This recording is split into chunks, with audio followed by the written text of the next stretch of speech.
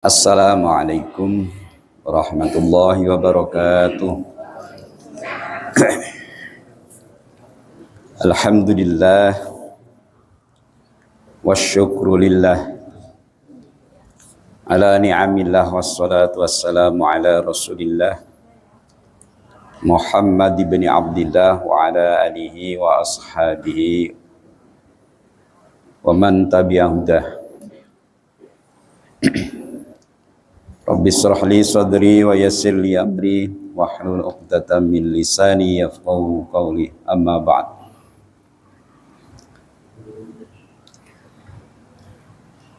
Ibu-ibu, bapak-bapak, jamaah pengajian yang dirahmati oleh Allah. Yang pertama, marilah kita senantiasa bersyukur mengawali pertemuan kita pada pagi hari ini untuk terus meningkatkan rasa syukur kita kepada Allah karena kita sadar bahwa segala kenikmatan dan rahmat yang tercurahkan kepada kita hanya semata dari Allah, kasih sayang Allah kepada kita, sehingga pada Ramadan ke-24 ini kita masih tetap eksis, istiqomah dengan segala rangkaian ibadah Ramadan yang kita lakukan. Semoga semua memberikan dampak positif bagi pembangunan dan pembinaan pribadi kita, terutama pribadi yang bertakwa kepada Allah.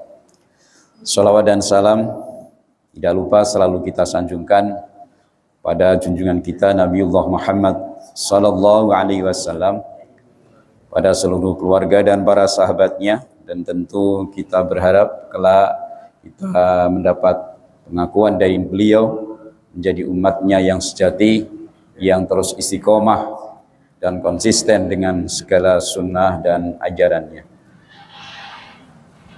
Jamaah rahimakumullah, pada kesempatan kali ini kita langsung melanjutkan saja ayat yang ke 13 ya. Ayat yang 13 dari surah An-Naml.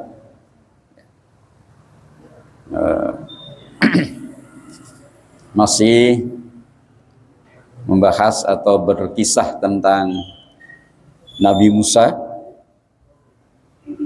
Kisah-kisah yang dalam Al-Quran ini tentunya tidak hanya sekedar kisah yang kita baca, tapi kisah-kisah yang diterakan di dalam Al-Quran itu adalah menjadikan pembelajaran bagi kita umat yang di kemudian hari ini.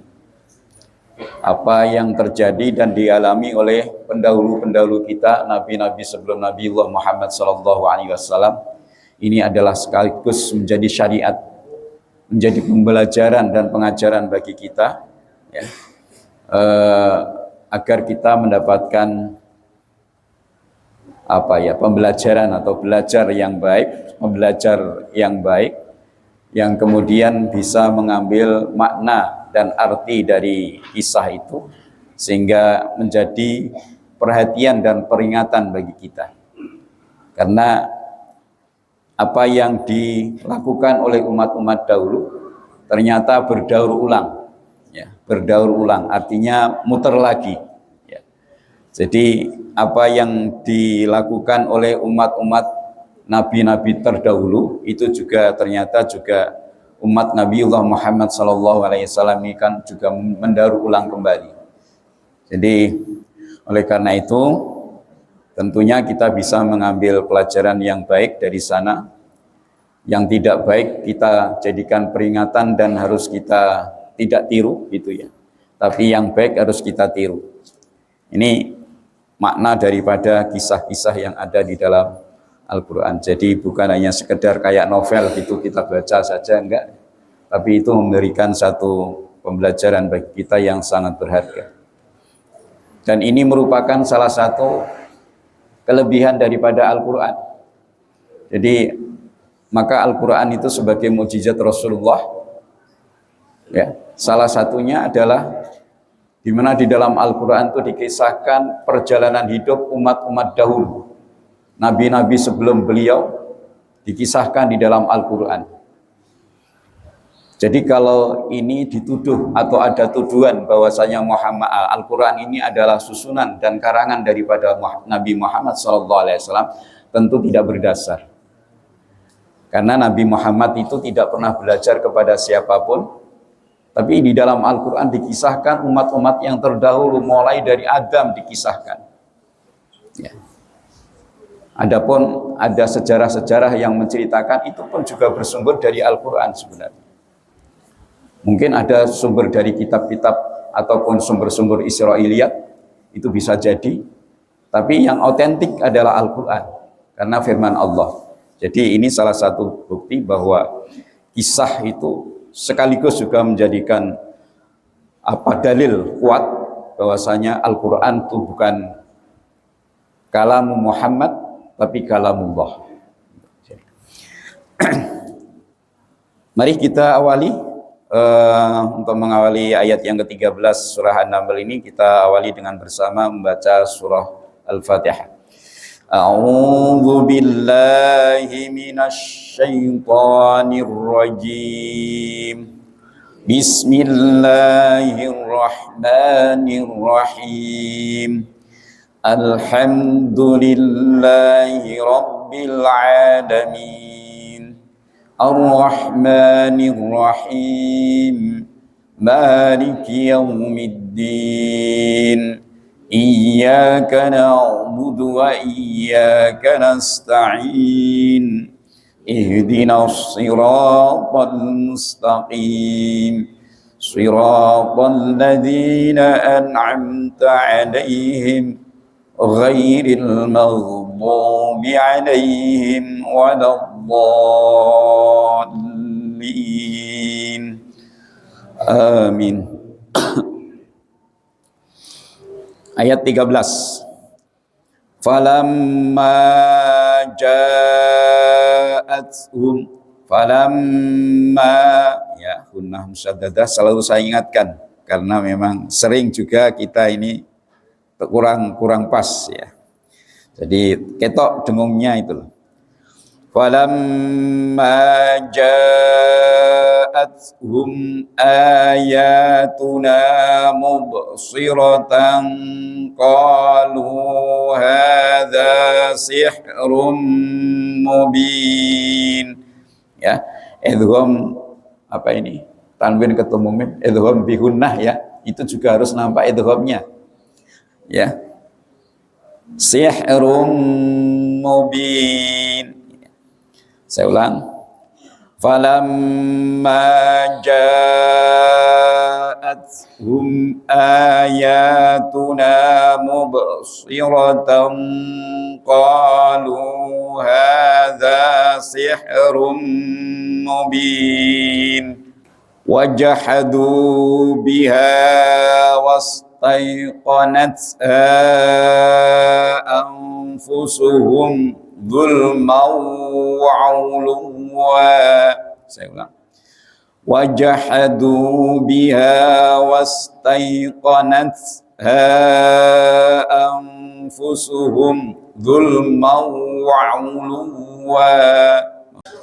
Fanzur kaifa kana 'aqibatul mufsidin.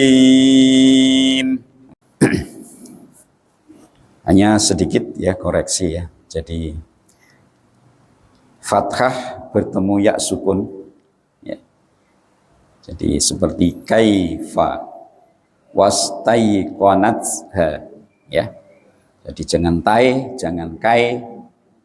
Ini sudah sering Pak Yai Masrukin sudah memperingatkan.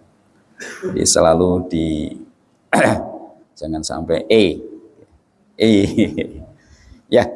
Falamma ja'athum ayatuna mubsiratan.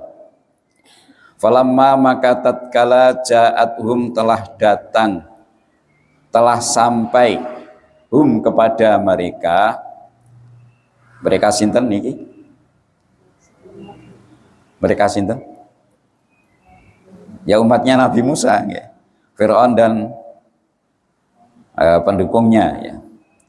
Ayatuna ayat-ayat kami, mukjizat-mukjizat kami, ya, mubsiratan dengan apa? Jelas, bukan hanya sekedar nyata, jelas.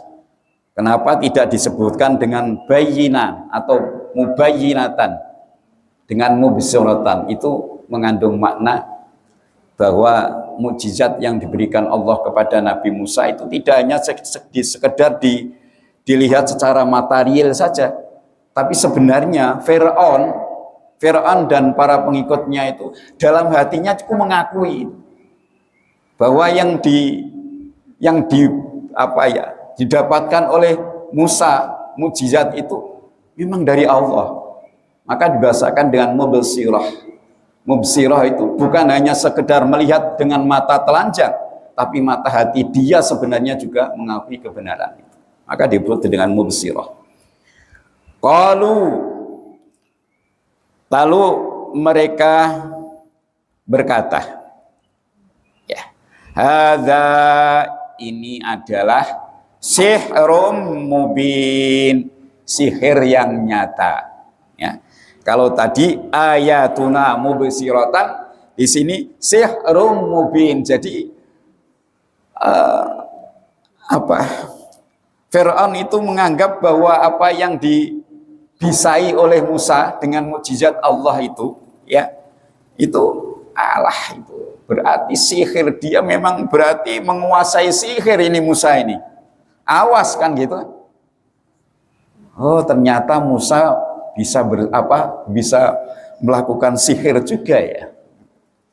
Jadi mereka mengaku qalu hadza sihrun mubin. Ya, sekarang kita lihat tafsirnya. Wa qauluhu ta'ala falamma ja'athum ayatuna mubsiratan ay bayyinatan wadhihatan dhahiratan. Ya. Jadi ketika mereka Fir'aun dan seluruh pengikutnya melihat mukjizat itu dengan bayyinah, terang, wadhihah, cetha, ya. Wadhihah itu jelas, wadhihatun itu aslinya mencorong, ya. Dhahiratan, nyata, real. Qalu, mereka berkata hadza sihrun mubin. Jadi pernyataan mereka, oh ini berarti sihir ini. Musa ini berarti melakukan sihir ini, ya. Jadi bermain-main dengan sihir ini. Wa aradu, maka ditafsiri oleh Ibnu Katsir, wa aradu, dan mereka menghendaki atau mereka berkehendak, menginginkan mu'aridatahu, untuk melawannya. Oh, ternyata Musa ini bermain sihir, tak lawan gitu kata Fir'aun. Ya. Mereka akan melawan bisihrihim, dengan sihir-sihir mereka. Ya, tak layani Musa, kau main sihir, aku pun juga punya sihir, kan gitu loh. Ya, maka di sini ditafsiri wa aradu mu'aridatahu bisihrihim. Faghulibu hunalik wanqalabu sahirin. Ketika mukjizat Nabi Musa ini dilawan dengan ahli-ahli sihir mereka, faghulibu hunalik, maka saat itu terkalahkan itu ahli-ahli sihir mereka. Wanqalabu sahirin, dan mereka pada akhirnya terhina, ya, karena dia main sihir, ya, mukjizat kok dilawan dengan sihir. Maka di dalam ayat itu tidak pernah yang namanya sihir itu akan menang. Ada kan ayat yang mengatakan seperti itu? Tidak akan pernah yang namanya sihir itu akan menang.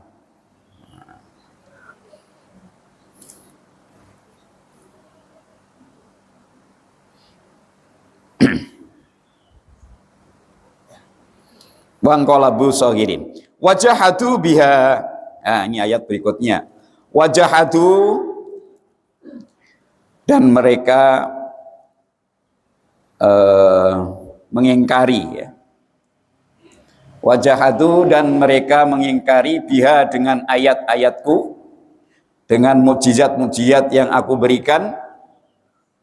Nah, ini tadi Pak, kenapa dari secara apa kejiwaan, secara batin, apa yang disampaikan oleh Musa dengan mukjizat dari Allah ini, sebenarnya Fir'aun dan pengikutnya itu mengakui, meyakini. Memang secara zahir mereka mengingkari, tapi wastaiqonat ha anfusuhum. Ayat ini yang mengatakan seperti itu. Ya. Tapi jiwa-jiwa mereka, batin-batin mereka itu meyakini akan kebenaran ayat-ayatku.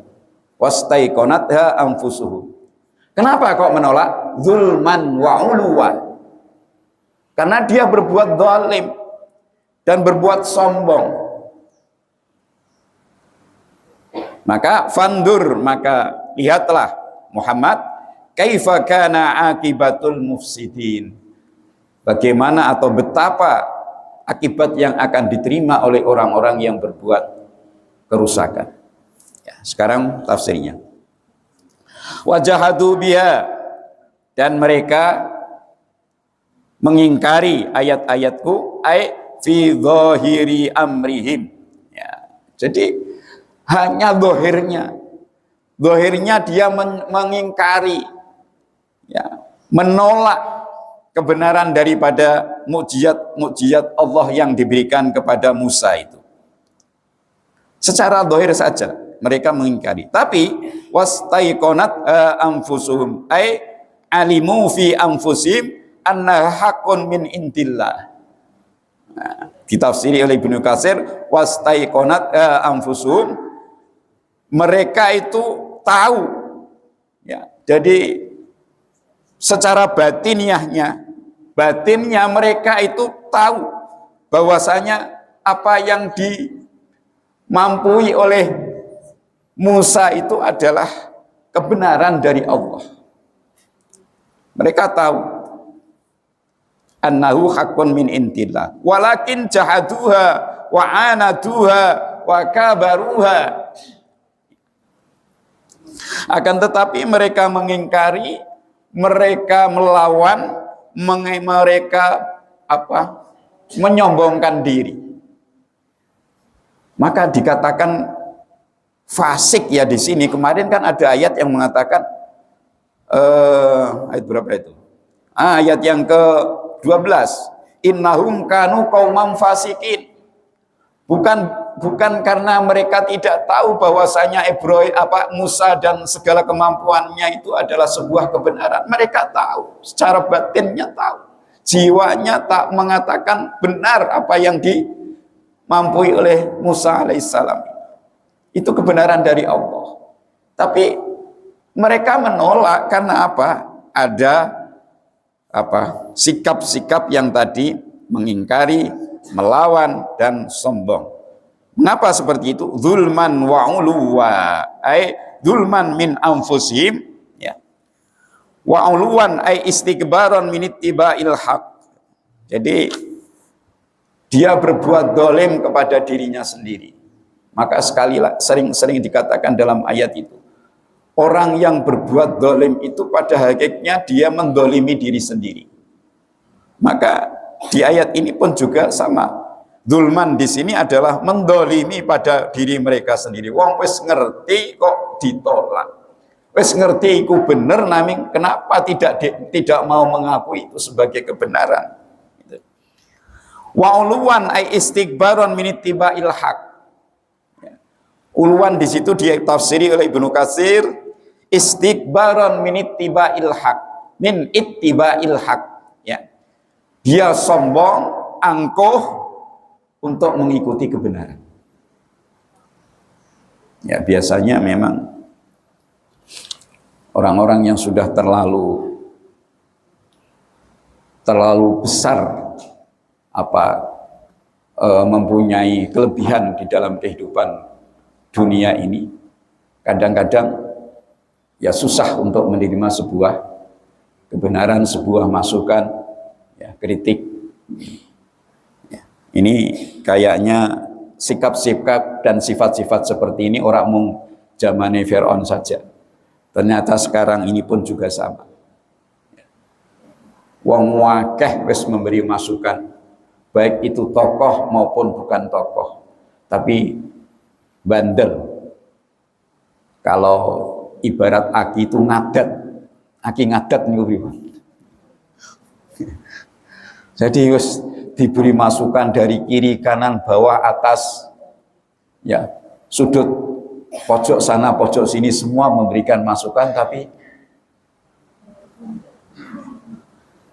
ini sikap ini ternyata orang zamannya Fir'aun saja, tapi ternyata juga zaman Nabi sebelumnya, Nabi sebelum Nabi Musa, dan juga sampai sekarang pun sifat ini juga menghinggapi karakter manusia.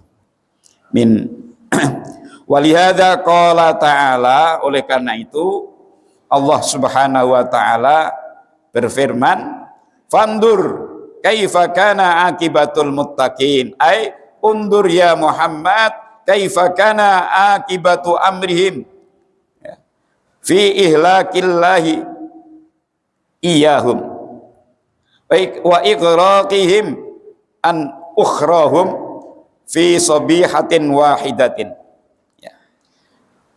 Fandur kaifa kana akibatul mufsidin. Ini di tafsiri, lihatlah Muhammad, perhatikan Muhammad. Ya, mestinya di ayat-ayat yang lain juga disebutkan itu. Kaifa kana akibatu amrihim, bagaimana akhir daripada nasibnya mereka.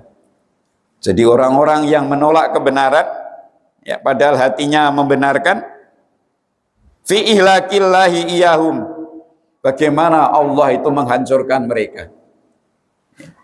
Jadi ya, dengan kuasa Allah, Allah bisa menghancurkan mereka. Wa ighraqihim, dan menenggelamkan mereka dalam sekejap. Menenggelamkan mereka dalam sekejap. Coba tenggelamnya Fir'aun dan bala tentaranya yang begitu banyak tenggelam di Laut Merah, itu tidak lama itu. Jadi ketika mereka masuk semua, menyusuri jalan yang akibat dibelah oleh tongkat Nabi Musa tadi, inginnya mengejar Musa, membunuh Musa dan seluruh pengikutnya, tapi setelah mereka masuk ke lautan semua, dengan takdir Allah, laut itu kembali menutup lagi, entek. Ya, seluruh pasukannya habis, mesti dengan seluruh tunggangannya, Bu, ya. Jadi orang tunggangannya melayu dewe, orang malu mati. Ya. Jadi di dalam kisah ayat itu, ketika sudah mau tenggelam, Fir'aun baru mengakui bahwa memang benar apa yang dikatakan oleh Nabi Musa. Jadi saya beriman dengan apa yang dikatakan oleh Nabi Musa alaihissalam. Nah, sudah telat, sudah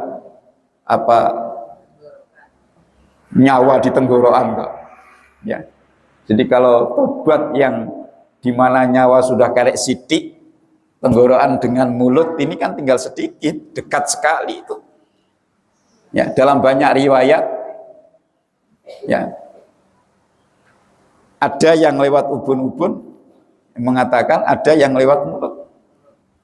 Ya, sehingga banyak orang yang jabul nyawa niku, nazak itu mangap. Ya.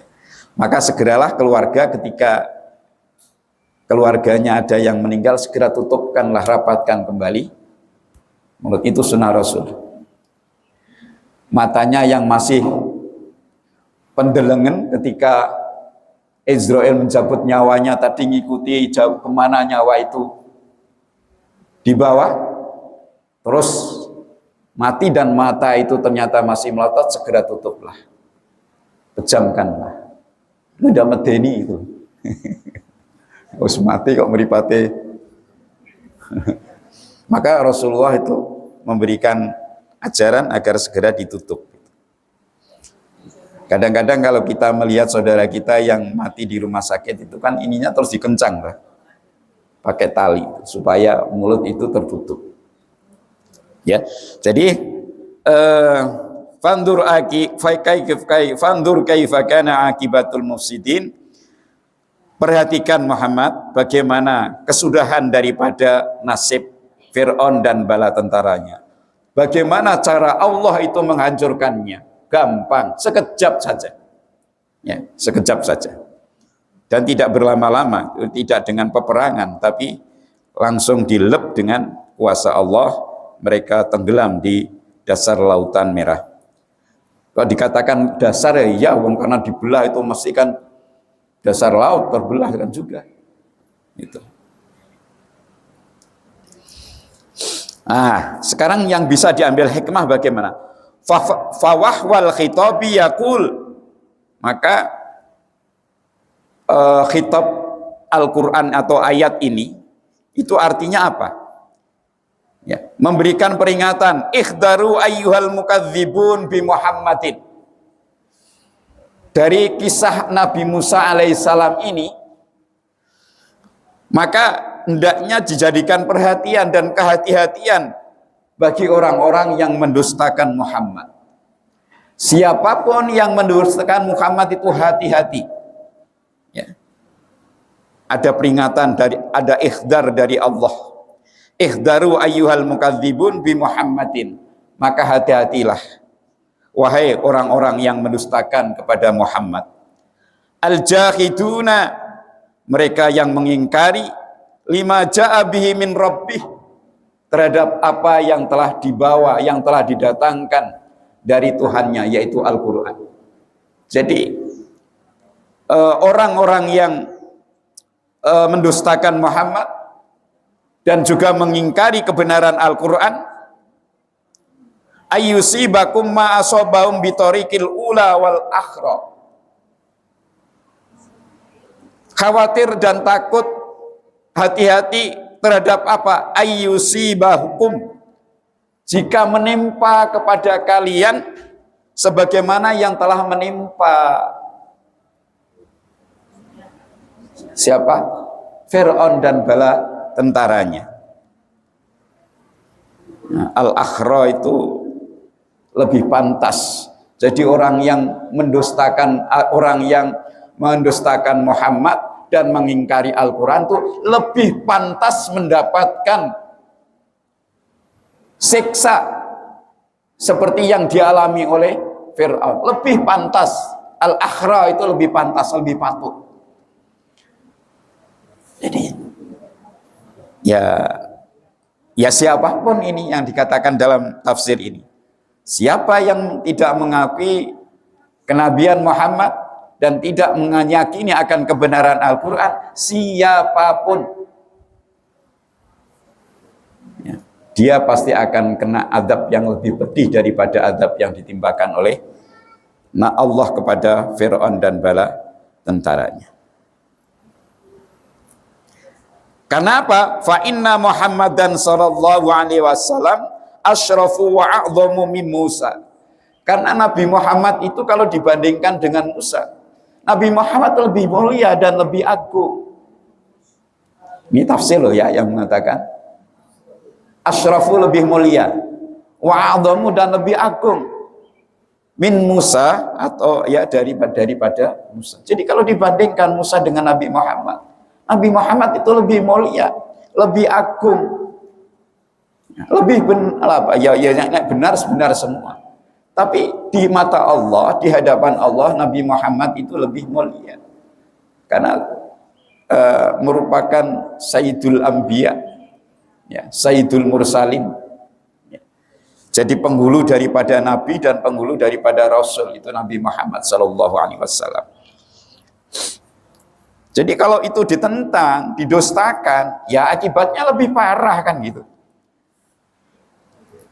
Wa burhanuhu adallu wa aqwa min burhani Musa bima atallahu minad dalailil muqtarinati biwujudi fi nafsi wa syama'ili. Ya. Karena bukti yang ada pada Muhammad itu adallu itu lebih menunjukkan, lebih kuat, lebih apa ya, lebih real, wa aqwa dan lebih kuat min burhani Musa daripada bukti-bukti yang dimiliki oleh Musa. Jadi kebenaran Nabi Muhammad itu sudah dibuktikan, dan bukti-bukti yang ada pada Nabi Muhammad itu lebih real, lebih logis, lebih kuat. Bima atallah min dalailil muqtarinati biwujudi fi nafsi. Sama-sama sih ya, kelebihan yang diberikan Allah kepada Nabi Musa dengan mujizat yang diberikan Allah kepada Nabi Muhammad itu sama-sama dari Allah. Hanya saja yang diberikan oleh Nabi Muhammad itu lebih kuat ya, dibanding dengan apa yang diberikan kepada Nabi Musa. Dengan alasan apa? Bahwa bukti-bukti yang dimiliki oleh Nabi Muhammad itu diikuti dengan apa? Dengan real akhlak Nabi Muhammad. Jiwa yang ada yang dimiliki oleh Nabi Muhammad itu melebihi jiwanya para nabi yang lain. Ya. Jadi di sini dikatakan minad dalailil muqtarinati biwujudi fi nafsi. Jadi wujudnya Nabi Muhammad itu bukan hanya sekedar jeger manusia, tapi hati dan jiwa Nabi Muhammad itu memang, konon dalam satu kisah riwayat dikatakan sebelum dia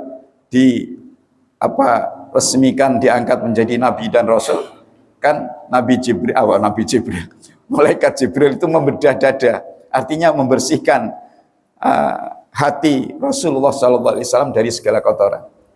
Ya, jadi wajar kalau Nabi Muhammad SAW itu punya potensi hati yang tulus, hati yang baik. Ya.